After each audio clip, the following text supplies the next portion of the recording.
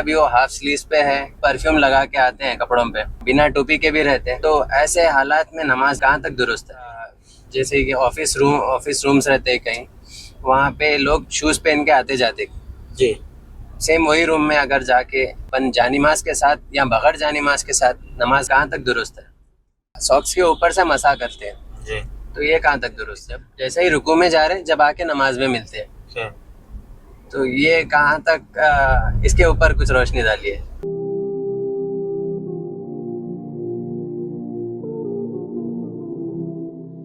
السلام علیکم دوستوں، آپ سبھی کا استقبال ہے ہیپننگ حیدرآباد چینل پہ۔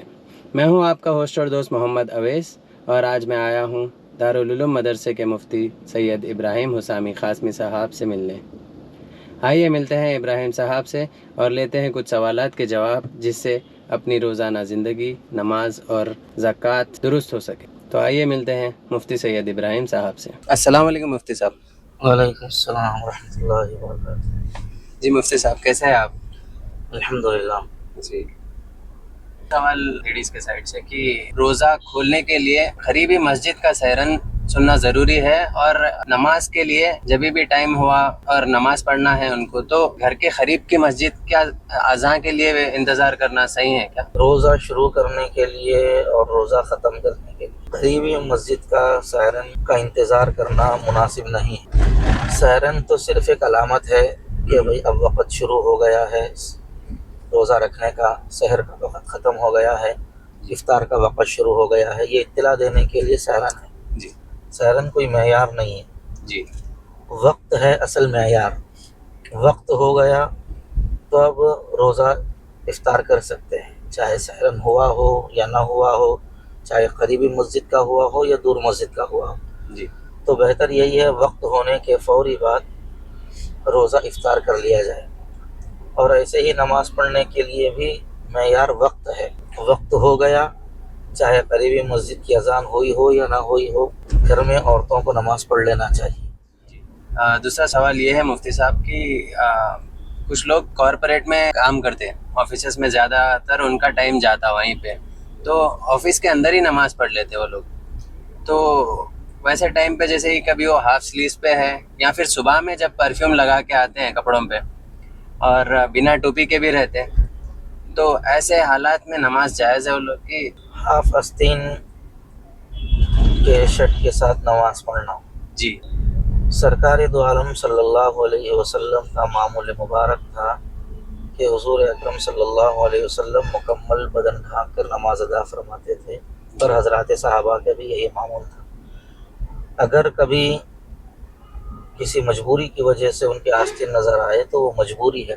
جی جیسے صحابہ کے پاس اس زمانے میں ہر صحابی کے پاس قمیص میسر ہو جانا ضروری نہیں تھا، جی تو بعض صحابہ نیچے ایک لنگی باندھتے تھے، اوپر ایک چادر ڈال کر آ جاتے تھے، جی تو چادر اٹھاتے وقت، ہاتھ اٹھاتے وقت ان کی کبھی کبھی آستین نظر آ جاتے تھے، جی تو یہ مجبوری کی وجہ سے تھا۔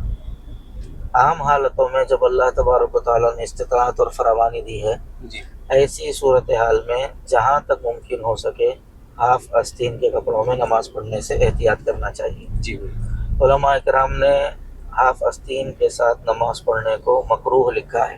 جی اگر مجبوری کے عالم میں کہیں سفر پہ نکل گئے اور اسی لباس کے اندر ہیں، کہیں باہر چلے گئے اور ہم اسی لباس کے اندر ہیں، جی اگر نماز پڑھ لی جائے، نماز تو ہو جائے گی، فریضہ ذمے سے ثابت ہو جائے گا، لیکن عام حالتوں میں اس طرح نماز پڑھنا مکروہ ہے۔ نماز پڑھنے کے اندر صالحین کا لباس، اللہ کے محبوب بندوں کا لباس اختیار کرنا چاہیے، جی اور اللہ کے محبوب بندوں کا لباس مکمل بدن کو ڈھانکنا ہے۔ جی اس لیے جہاں تک ممکن ہو سکے ہاف آستین کے کپڑوں میں نماز پڑھنے سے احتیاط کرنا چاہیے۔ جی نماز تو ہو جائے گی لیکن مکروہ ہوگی۔ جی ایسے ہی ننگے سر نماز پڑھنا، بغیر ٹوپی کے نماز پڑھنا، جی تمام مکاتب فکر کے علماء نے جو بھی مسلک سے وہ تعلق رکھتے ہیں، ہر مسلک کے عالم کے پاس ننگے سر نماز پڑھنا مکروہ ہے۔ جی کون سے بھی مسلک سے وہ تعلق رکھتے ہیں، ہر مسلک کے علماء کے نزدیک ننگے سر نماز پڑھنا مکروہ ہے۔ یہی وجہ ہے کہ آپ دیکھے ہوں گے کہ کسی بھی مسلک کا کوئی بھی عالم नंगे सर नमाज नहीं पढ़ाता। जी जी बिल्कुल बिल्कुल, कोई नहीं हर पढ़ा। शख्स नंगे सर नमाज पढ़ने को मकरूह लिखते हैं। जी लिहाजा ये एक फैशन चल पड़ा है कि भाई टोपी पहनना ही ज़रूरी है क्या? ठीक है, आप टोपी मत पहनिए, शमला बांधिए, जी बिल्कुल, लेकिन सर ढाकिए। सर ढांकना रसूलुल्लाह सल्लल्लाहु अलैहि वसल्लम का तरीक़ा है। हुज़ूर ने ज़िंदगी में कभी भी नंगे सर नमाज अदा नहीं फरमाई है। जी इसलिए जहाँ तक हो सके नंगे सर नमाज पढ़ने से एहतियात करना चाहिए। हाँ, कोई ऐसी शदीद मजबूरी और परेशानी के आलम में इंसान आ जाए जहाँ पर उसको सर ढांपने के लिए कोई चीज़ ना मिले, उस वक़्त वो नमाज़ पढ़ ले तो नमाज तो हो जाएगी, लेकिन ऐसा नमाज पढ़ना कराहत से खाली नहीं है। जी। रही बात परफ्यूम की, हाँ, जो सुबह आप लाइक, परफ्यूम का जहाँ तक ताल्लुक़ है, हर परफ्यूम के अंदर अल्कोहल नहीं होता है, जी और जो अल्कोहल होता है वो अलग अलग चीज़ों से भी बनाया जाता है। जी तरकारियों से बनता है, जी, पेट्रोल जी। से बनता है। कई किस्म के अल्कोहल है, जैसे जी। बेंजील अल्कोहल, ये अल्कोहल जो परफ्यूम पे ज़्यादा जी। मेंशन रहता। तो जो अल्कोहल से मना किया गया है वो ऐसा अल्कोहल है जिसके अंदर नजासत मिली हुई हो या नजासत से बना हुआ हो। जी तो लिहाजा जो परफ्यूम नजासत के अलावा दूसरी चीज़ों से बना हुआ है तो उसके लगाने के अंदर तो कोई क़बाहत नहीं है, और वो लगाकर अगर आप नमाज़ पढ़ेंगे तो नमाज हो जाएगी। अलबत्ता लगाने से पहले मालूम कर लेना चाहिए कि इसके अंदर अल्कोहल है, या वो नहीं। अल्कोहल किस चीज़ का इसके अंदर मिला हुआ है। जी। दूसरा सवाल ये है नमाज से रिलेटेड, जैसे कि ऑफिस रूम्स रहते हैं कहीं, वहाँ पे लोग शूज़ पहन के आते जाते, जी सेम वही रूम में अगर जाके अपन जानिमाज के साथ या बगैर जानिमाज के साथ नमाज अदा कर सकते हैं। और साथ ही साथ इसके साथ एडिशन ये है कि कभी जानिमाज आड़ी रख के दो लोग उसके ऊपर नमाज पढ़ते हैं। जी अगर कभी एक जानिमाज नहीं रहने की सूरत में दो जने अदा करना है जी। तो ये कहाँ तक सही है? सरकार दो आलम सल्लल्लाहु अलैहि वसल्लम का ये एहसान है, हुज़ूर अकरम सल्लल्लाहु अलैहि वसल्लम के तुफ़ैल में अल्लाह तबारक व तआला ने जी सारी उम्मत के लिए सारी ज़मीन को नमाज़ पढ़ने की जगह बना दिया है। जी जी जी ये सरकार दो आलम सल्लल्लाहु अलैहि वसल्लम की खुसूसियत है और उम्मत मोहम्मदिया के लिए सरकार की रहमत है। जी अब जहाँ पर लोग जो जूता पहन के आते जाते हों, तो जिस जगह पर लोग जूता पहन कर नहीं आए हैं, नहीं गए हैं, जी उमूमन जूता पहन के जब लोग आते जाते हैं, जूता पहन के वही गिलाज़त की जगह भी चले जाते हैं, वही हाँ। बैतुल खला में भी चले जाते हैं। जी बिल्कुल। तो इसलिए जिस जगह पर वो जूता पहन के नहीं आए हैं, ये बात पक्की मालूम है, जी तो अगर वहाँ पर हम नमाज़ पढ़ना चाह रहे हैं, वो जगह पाक है, तो इसी सूरत में नमाज हो जाएगी। नमाज के सही होने की जो शराइत हैं उसमें से एक जगह का पाक होना भी है। बिल्कुल। अगर जगह नापाक होगी तो नमाज दुरुस्त नहीं होगी। तो लिहाजा अगर पूरी ही जगह ऐसी है जहाँ पर लोग जूता पहन के आते जाते हों, जी तो इसी सूरत में एहतियात यही है कि उस जगह पर कोई चीज़ बिछाए बगैर नमाज न पढ़ी जाए। जी जूता पहन कर लोग आ रहे जा रहे हैं जी तो उस जगह पर जानिमाज बिछाकर नमाज पढ़ने से नमाज अदा हो जाएगी।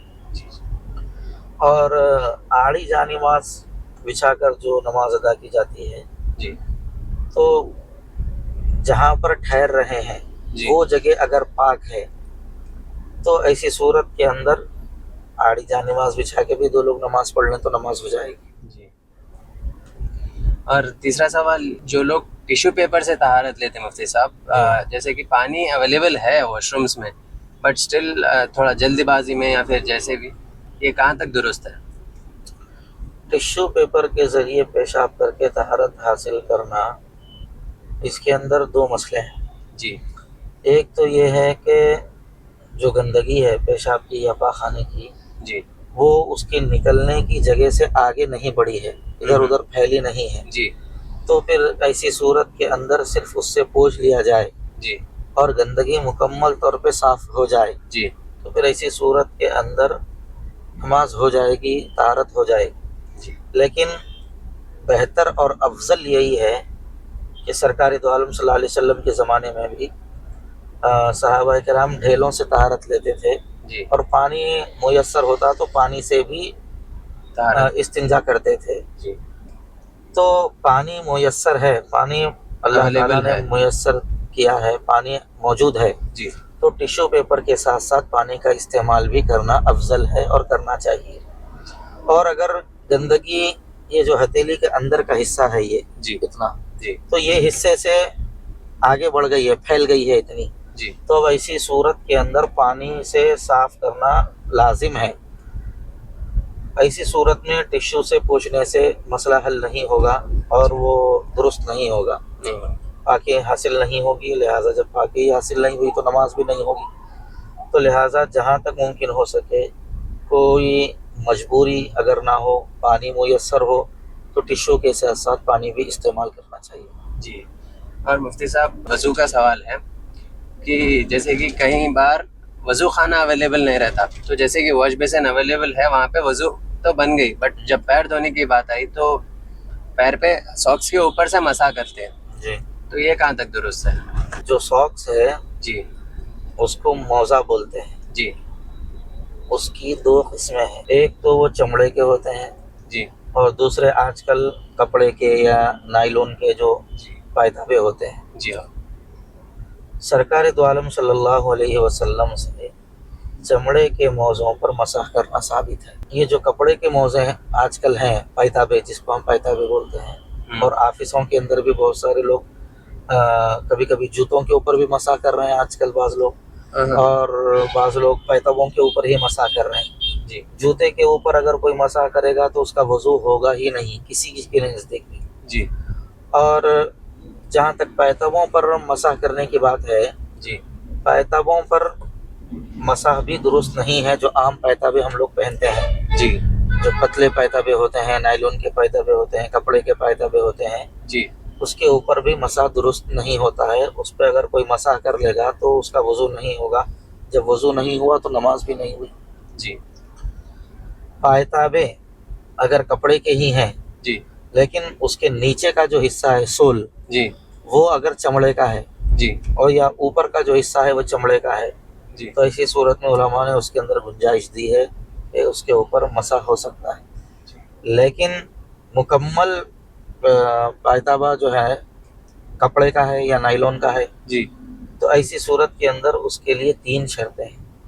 पहली शर्त ये है कि वो इतना मोटा होना चाहिए जी कि उसको पहनकर 3 से 4 किलोमीटर आसानी के साथ बगैर जूते के चल सकें, जी सिर्फ पायदाबे पहन के, जी जी और वो फटे नहीं, इतना मोटा होना चाहिए।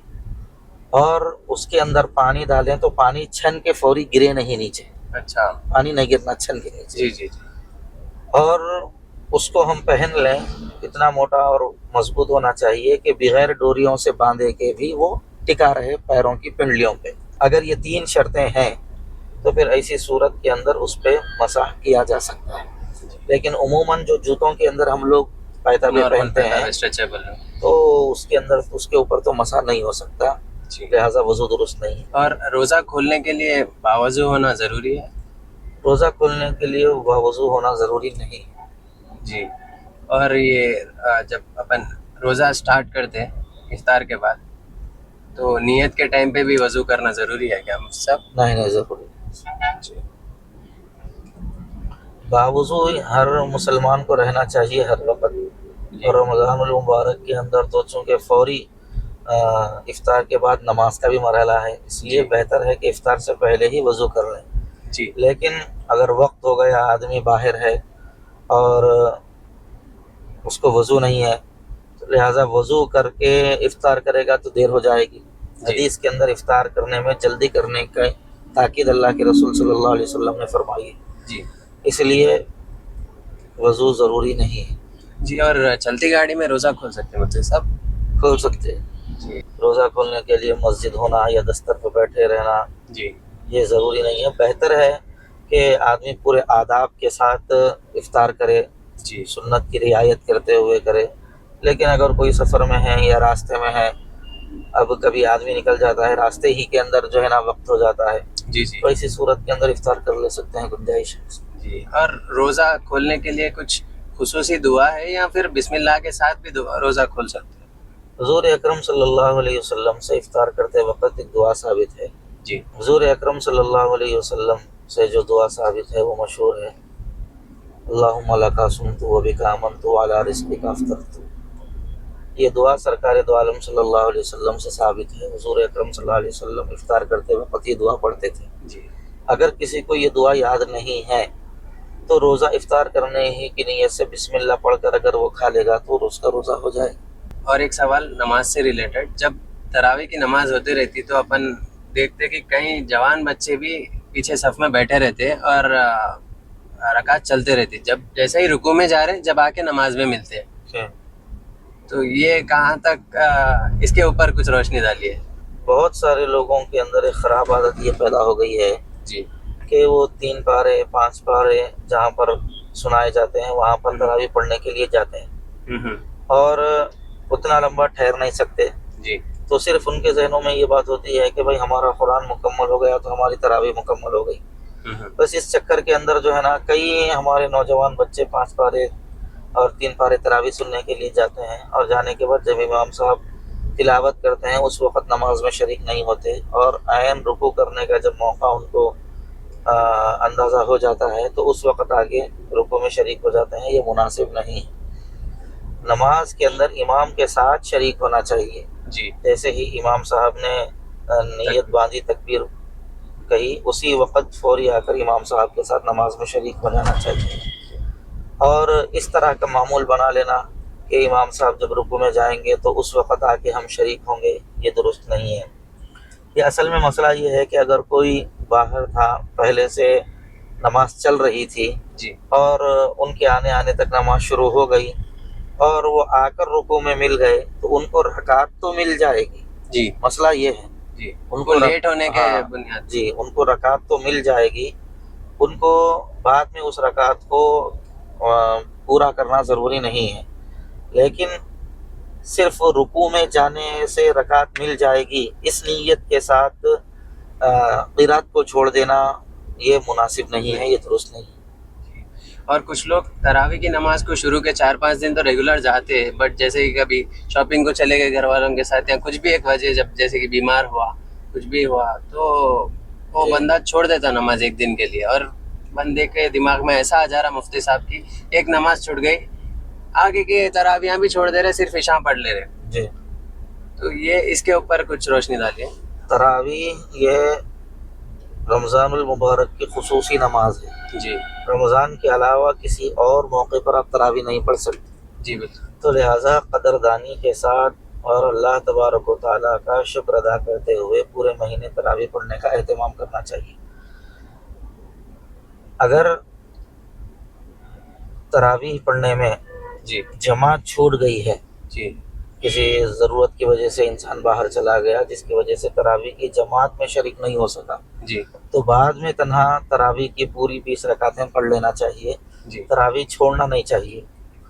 اور ایک دن چھوٹ گئی اس کا اثر دوسرے دن ضرور پڑتا ہے. اصل میں بات یہ ہے کہ جن لوگوں کو اللہ تبارک و تعالیٰ اپنے سامنے ٹھہرتا ہوا دیکھنا پسند نہیں کرتا وہ نئے بہانوں کے ساتھ تراویح چھوڑ دیتے ہیں. اصل میں وہ محرومی ہوتی ہے. اللہ کی نظر میں وہ لوگ پسندیدہ نہیں ہوتے. جیسے میرے گھر میں اگر کوئی ایسا بندہ آ جائے، میری آفس میں ایسا کوئی شخص آ جائے جس کو میں پسند نہیں کرتا، جس کو میں نہیں چاہتا، تو میں اس کو فی الفور ڈھکیل تو نہیں سکتا، لیکن میرے دل کے اندر بار بار یہ بات آتی ہے کہ کتنا جلدی یہ میرے گھر سے باہر نکل جائے، میری آفس کے باہر نکل جائے. جی تو اس کا آنا اور اس کا ہمارے پاس ٹھہرنا یہ ہمیں پسند نہیں آتا. تو اسی طریقے سے جن بندوں کے اوپر اللہ تبارک و تعالیٰ کی نگاہ محبت نہیں پڑتی ہے وہ لوگ تراویح میں آ بھی جائیں تو ان کو بھی اپنے طور پہ بے چینی ہوتی ہے. جی اور وہ لوگ کوئی نہ کوئی بہانے بنا کے امام صاحب لمبا پڑھا رہے ہیں، میرے پیر دکھ رہے ہیں، یا اس طرح کے بہانے بنا کے وہ لوگ تراویح سے دور ہو جاتے ہیں، محروم ہو جاتے ہیں. اصل میں یہ محرومی ہے، جی یہ سب بہانے ہیں دوسری چیزوں کے. تو تراویح بالکل نہیں چھوڑنا چاہیے، سنت مؤکدہ ہے. جی تو سرکار دو عالم صلی اللہ علیہ وسلم نے جماعت کے ساتھ 2 یا 3 دن اس کا اہتمام فرمایا ہے، اور حضرات صحابہ کا معمول رہا ہے تراویح پورے مہینے پڑھنے کا. اور ابھی بھی تمام امت کے علماء کا یہ معمول ہے، اولیاء کا یہ معمول رہا ہے، تابعین تبع تابعین صحابہ اکرام کا یہ معمول رہا ہے کہ وہ پورے مہینے تراویح پڑھتے. لہٰذا تراویح نہیں چھوڑنا چاہیے، تراویح کا اہتمام کرنا چاہیے. مفتی صاحب کچھ لوگ چلتی گاڑی میں قرآن سنتے ہیں، جیسے کہ اب کوئی آفس کو جا رہے ہیں یا کام سے جا رہے ہیں चलती गाड़ी में स्पीकर्स में लगा दे के कुरान सुन रहे हैं, जी।